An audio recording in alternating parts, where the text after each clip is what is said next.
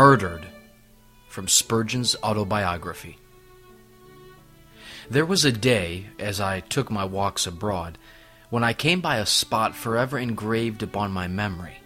For there I saw this friend, my best, my only friend, murdered. I stooped down in sad affright, and looked at him. I saw that his hands had been pierced with rough iron nails, and his feet had been torn in the same way. There was misery in his dead countenance so terrible that I scarcely dared to look upon it. His body was emaciated with hunger, his back was red with bloody scourges, and his brow had a circle of wounds about it. Clearly could one see that these had been pierced by thorns.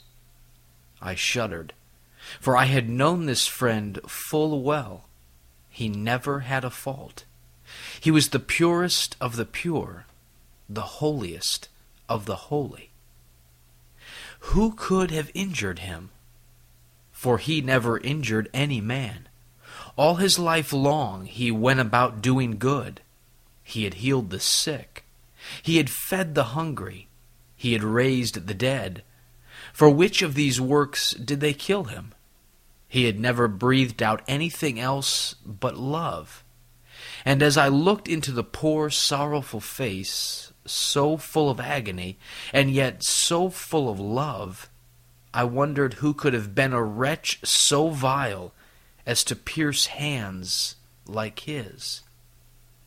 I said within myself, where could these traitors live? Who are these that could have smitten such an one as this? Had they murdered an oppressor, we might have forgiven them. Had they slain one who had indulged in vice or villainy, it might have been his desert. Had it been a murderer and a rebel, or one who had committed sedition, we would have said, bury his corpse. Justice has at last given him his due. But when you were slain, my best, my only beloved, where did the traitors hide? Let me seize them, and they shall be put to death. If there be torments that I can devise, surely they shall endure them all. Oh, what jealousy, what revenge I felt! If I might but find these murderers, what I would do to them! And as I looked upon that corpse, I heard a footstep, and wondered where it was. I listened, and I clearly perceived that the murderer was close at hand. It was dark, and I groped about to find him. I found that, somehow or other, wherever I put out my hand, I could not meet with him, for he was nearer to me than my hand would go. At last I put my hand upon my breast. I have you now, said I, for lo, he was in my own heart.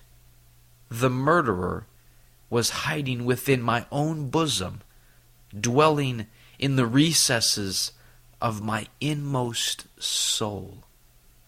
Ah, then I wept indeed that I, in the very presence of my murdered master, should be harboring the murderer, and I felt myself most guilty while I bowed over his corpse and sang that plaintive hymn. 'Twas you, my sins, my cruel sins, his chief tormentors were. Each of my crimes become a nail, and unbelief the spear. Amid the rabble which hounded the Redeemer to his doom, there were some gracious souls whose bitter anguish sought vent in wailing and lamentations, fit music to accompany that march of woe. When my soul can, in imagination, see the Savior bearing his cross to Calvary, she joins the godly women and weeps with them. For, indeed, there is true cause for grief, cause lying deeper than those mourning women thought. They bewailed innocence maltreated, goodness persecuted, love bleeding, meekness about to die. But my heart has a deeper and more bitter cause to mourn. My sins were the scourges which lacerated those blessed shoulders, and crowned with thorns those bleeding brows. My sins cried, "Crucify him, crucify him," and laid the cross upon his gracious shoulders. His being led forth to die is sorrow enough for one eternity, but my having been his murderer is more, infinitely more grief than one poor fountain of tears can express. If Christ had died for me, ungodly as I am, without strength as I am, then I cannot live in sin any longer, but must arouse myself to love and serve him who has redeemed me. I cannot trifle with that evil which slew my best friend. I must be holy for his sake. How can I live in sin when he has died to save me from it? This Puritan devotional has been brought to you by Grace Gems, a treasury of ageless sovereign grace writings.